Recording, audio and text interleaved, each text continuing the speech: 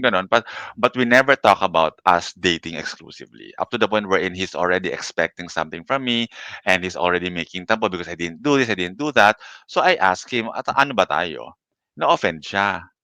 Ay, "Ay sorry ha, wala pala akong karapatan because yung gano'n, hindi pala tayo. Parang what the fuck? oo. Oo, why are you Saan saying this sinabi na mo?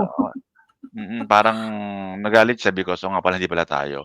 Parang, yeah, you're correct and what is to be, upset about it, right? So, ayoko, bye. Gano'n. Oo, Even though I really, gets really kita. like yeah, I really, really like him as in talagang, but because of that parang no, Korek gano'n. ka diyan 'no.